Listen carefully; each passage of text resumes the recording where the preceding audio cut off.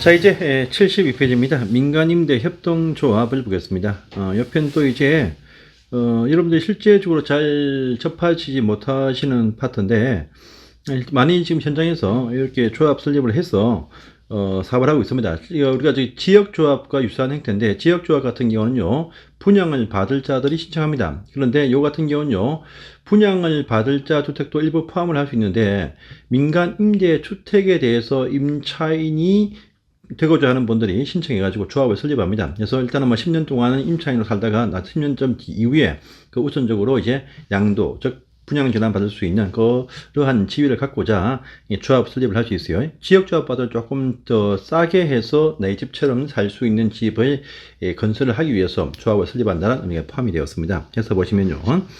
자, 우리가 조합원한테 공급하는 민간 건설 임대 주택을 포함이란 말은요, 이 속에 민간 건설 임대 주택뿐 아니고 분양도 포함될 수 있고 기타 뭐 상가라든지 건생시설, 판매시설 도 포함을 할 수 있습니다. 이 같은 경우는 주로 보시면 저쪽에 어딥니까? 지역에서 서울시 같은 그런 요지는 아니고 좀 지역 도시에서 많이 하고 있습니다. 그래서 민간 임대주택을 포함해서 30세대 30호 이상으로서 이제 밑에 보시면은요, 단독주택과 다중과 다가구, 요 단독에서는 30호이고, 아파트나 연립이나 다세대 형태인 공동주택 형태도 준주택도 포함되죠. 요 30세대 이상, 30세대란 을 이제 기억하십시오.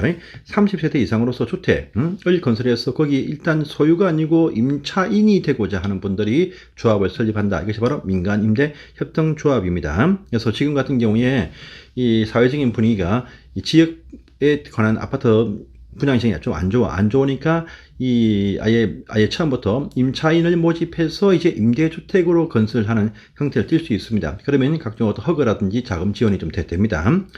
자, 그래서 이렇게 해서 모집을 하고자 할 때, 에도 보시면 관할 시군구에 모집 신고를 하고 나서, 바로 민간임대 협동조합의 임차인이 될 수 있는 그 조합원을 모집을 할 수가 있습니다. 그 내용 형태는요, 지역조가 유사합니다. 해서 보시면은요, 밑에 보시면 모집 방법도 보이시죠? 밑에 그 3번 사항의 첫 번째 박스 1번이 중요합니다. 우리가 오른편에 보시면 나와 있습니다. 일반적인 지역과 직장조합에 모집은 하고자 신고할 때는요, 대지에 대한 50% 사용권은이죠.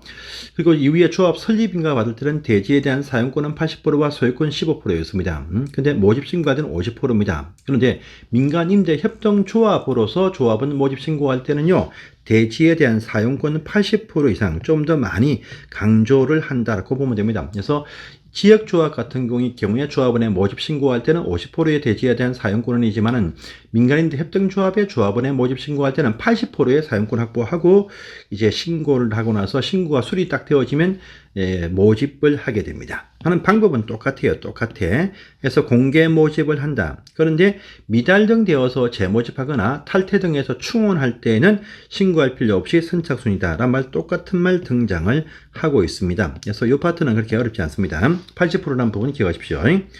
그래서 이렇게 한다. 이거만 아시면 되고요. 딴 거는 볼 필요 없습니다. 그 다음 장을 더 보세요. 역시 민간임대 협동조합의 임차인 조합원의 모집 신고할 때도 모집할 때도 보시면 설명을 다 합니다. 이런 부분 똑같아요. 똑같은데 요 가입비란 부분도 보시고요.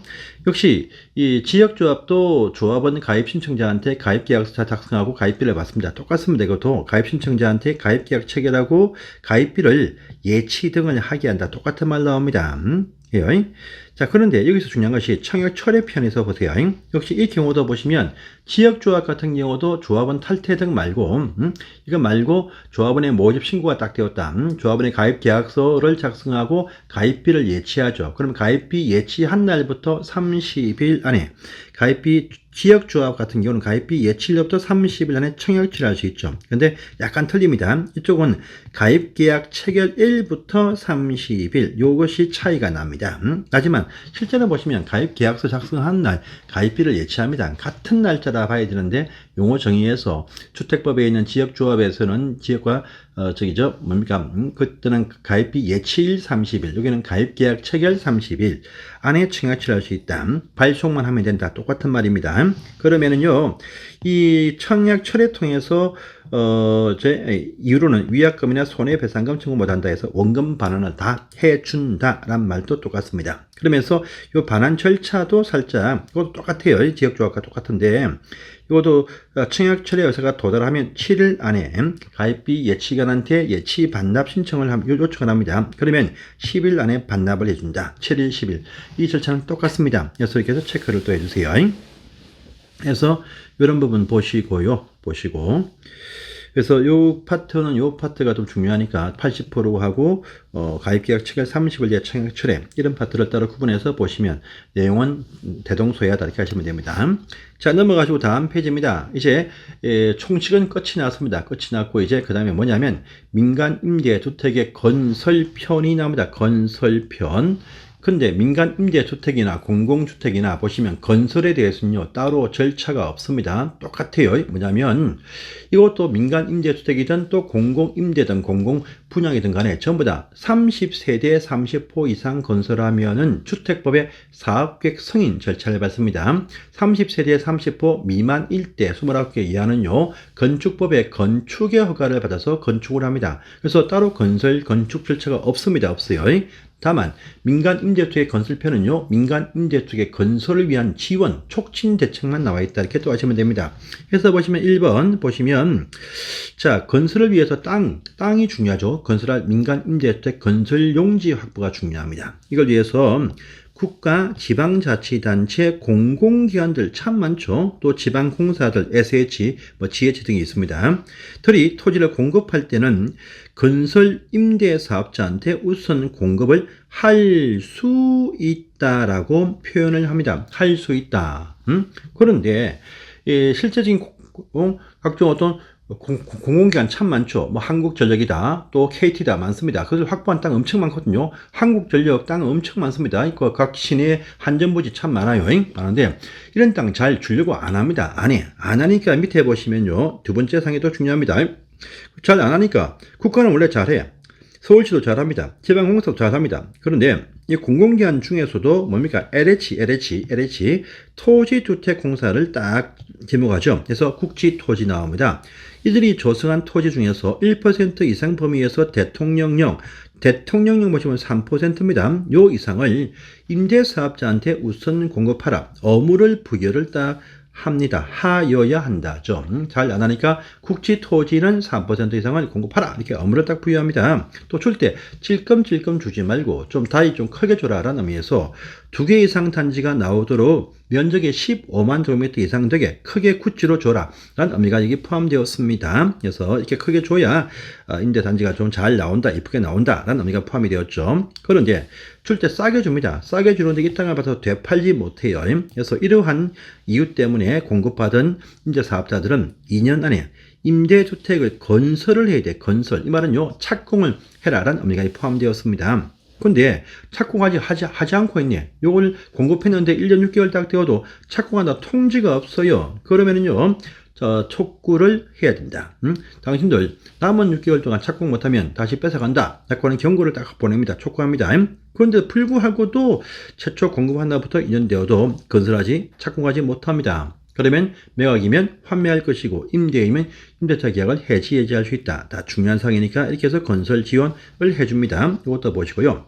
또 4번에 보시면 분양주택을 건설한 시행사 사업자들이 지금 상황이 안 좋습니다. 상황이 안 좋으니까 이것을 공공지원 민간임대주택 또는 장기 일반 민간임대주택 임대사업자한테 그냥 통째로 줘가지고 임대사업용으로 이렇게 싸게 줘가지고 그리 해도 이 분양이 안 되는 것보다 훨씬 더 이익이겠죠. 싸게 줘도. 그래서 조그만 수익만 100억 수익을 올릴 거를 30억만 수익 올려도 이익 아니겠습니까? 이렇게 해서 전부를 이 임대사업자 장기 일반 공공지원 사업자한테 몽땅 공급도 할 수 있다. 라는 말도 보입니다. 자, 또 혜택을 줍니다. 간선시설. 우리가 배웠습니다. 100세대 이상 또는 16,500제곱미터 이상의 조성사업을 할 때에 보시면 간선시설 설치를 해 주어야 된다고 했습니다. 그런데 그 옆에 보니까 임대주택, 민간 임대주택을 짓네요. 그러면 인력이 부족해도 그 분양주택 말고 임대주택으로 먼저 우선 지원을 해준다라고 합니다. 해줘요. 또 저디 가시면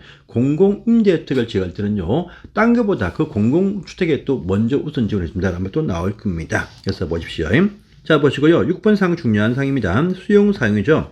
여러분들 공공지원 민간 임대주택이든 장점 일반 민간 임대주택이든 비록 혜택은 차이 나고 공급과 임대가가 차이 납니다. 차이 나지만 순수하게 민간 임대주택 사업자들입니다. 그래서 민간 사업자들한테는요, 공익사업처럼 수용권을 주지를 못합니다. 하지만 요 민간 임대 사업자의 목적을 딱 봅니다. 뭐냐? 85 이하짜리죠. 국민주택평형. 요걸 100세대 이상 건설을 하고자 대지를 확보하는데 80%를 확보를 했어. 그런데 나머지 토지 얇았기 때문에 이 사업을 못하는 상황이다. 그러면은요, 그 땅을 뺏게 해줘야 돼요. 그래서 그걸 위해서 85 이하짜리 100개 이상을 지으려고 땅을 80% 확보했다. 나머지가 매입이 안 된다. 할 때는요, 시 도지사한테 나로 하여금 이 임대사업자로 하여금 공익사업자 지정해달라라고 요청을 합니다. 그러면 시도에서 서울시에서 공익사업자 지정을 해줍니다. 해주면 끝이 아니고 그때 그러면 그 지정을 받고 난 다음에 그 알박기 하는 땅들 포함해 가지고 전체에 대해서 사업계획을 세워야 돼요. 사업계획을 세워 가지고 이 사업계획 승인을 받으면 그때 가서야 수용권이 발생하는 공익사업자, 공익사업 인정이 된다라고 해줍니다. 그러면 이제 나머지 땅들, 알박기들 협의해서 안 되면 강제 수용권을 주겠다라고 하는 특혜를 줍니다. 또 협의가 안 되면 그 재결 신청은요, 빨리 해주는 것이 아니고 요 사업기간 안에 공익사업법의 1년에도 불구하고 사업기간 안에 천천히 해서 압박을 넣겠다. 라는 의미의 이 부분들 85제곱미터 100세대, 그 다음에 80% 시도지사, 사업계획 승인 이꼴 사업 인정 이런 부분들 체크를 해주세요. 자, 그 다음에 보시면 자, 우리가 7번 편 보시면은요, 공공지원 민간 임대주택만을 위해서 또 특혜를 줍니다. 특혜를 줘요. 자, 뭐냐 하면, 건용청 혜택을 준다랍니다. 건폐율과 용적률 등을 민간 임대주택 사업자, 민간 건설 사업이지만은 이 법에 있는 원래 민간 건설 사업들은 지방 조례에서 정한 그 상한선까지만 한도까지만 건축할 수 있습니다. 그 한도는요, 법에 있는 최상한선보다 작습니다. 그런데 공공지원 민간 임대주택이 나올 때는 뭐 준주거지역이 500%가 상한선인데 서울시는 400%야. 400% 무시하고 500%까지 이빠이 다 짓게 해주겠다라는 의미가 이게 포함이 되었습니다. 법적 상한선까지 다 허용을 해주겠다라는 혜택을 줍니다. 그러면서 자, 우리가 저 도시형 생활주택일 때 보시면 조건을 갖춘 단지형 다세대 1대1때 5개층까지 줍니다. 그런데 공공지원 민간 임대주택 같은 경우도 보시면 아파트 말고 도시형과 연립과 다세대 형태 나올 때 주택을 5층까지 해주는 한 층을 더 올려주는 혜택을 주겠다라고 합니다. 그런데 만약에 이것이 역세권 등에서 공공지원 민간 임대주택이 복합주택으로 나올 때입니다. 이때는요, 공공지원 민간 임대주택의 연면적, 상가라든지 기타 오피스텔 이거 빼고 공공지원 민간 임대주택의 비율이 50% 이상 될 때 한해서 요 혜택을 주겠다라는 단서가 붙습니다. 여기까지는 보셔야 됩니다. 보셔야 되고요. 그 다음에 공공지원 민간 임대주택일 때 보시면 용적률을 이렇게 법적 사항까지 대폭적으로 완화해 줍니다. 완화해주면 완화해준 거 다 당신이 먹으세요가 아닙니다. 일부를 공공기업 기부 찬압을 빼냅니다. 빼내는데 이까지는 우리 시험에 나올 사항이 아니기 때문에 시간 나시면 살짝 체크만 해주세요. 자, 그 다음 페이지 보시면 이제 4번 사항입니다. 자, 75페이지인데 공공지원 민간 임대주택 공급 촉진 지구라는 것이 있습니다. 우리가 공공지원 민간 임대주택은요, 역세권 등에서 그냥 대지 한 800평, 700평, 500평 이렇게 작게 나올 수 있어요. 그러면 상가 깔고 임대 깔고 그 다음에 일반 주택 깔고 해서 복합으로 나오는데, 근데 대규모 단지로 보시면 1000세대 이렇게 나올 수 있습니다. 이럴 때 보시면은요, 따로 시내 안에 말고 시 외곽 지역에 도시개발 사업처럼 규모 크게 보시면 몇만 평 이렇게 해서 나오는 경우도 있습니다. 이게 바로 공공지원 민간 임대주택 공급 촉진 지구다 보면 됩니다. 이 촉진 지구가 역세권 등에 작게 300평, 500평, 700평, 800평, 1000평 이렇게 나올 수 있는데 주로 보시면 저 멀리 시 외곽에 많이 간다 이렇게 아시면 돼요. 자, 요건 혜택을 특혜를 많이 줍니다. 그래서 요 공공지원 민간임대주택 요 공급을 위한 촉진지구는요 지정권자가 누구냐? 원래 원칙은 서울시를 포함한 경기도 시도지사가 정한다. 이것이 원칙입니다. 원칙이에요. 근데 박스 밑에 보시면 국토교통부 장관도 지정을 할 수 있습니다. 아주 필요한 경우라든지 또 두 군데 이상의 시와 도에 걸치는 촉진지구 나올 때는 장관도 정할 수 있다. 요 장관점 가면요 다이가 뭐 5만 평, 10만 평 커진다 이렇게 하시면 됩니다. 자, 그런데 박스 안에 보시면 또 요건이 있습니다. 요건이 있어요. 그러면 공공지원 민간임대주택은 전부 다 공공지원 민간임대주택만 있느냐? 그건 아닙니다. 뭐 도로, 뭐 공원, 학교도 있을 것이고요.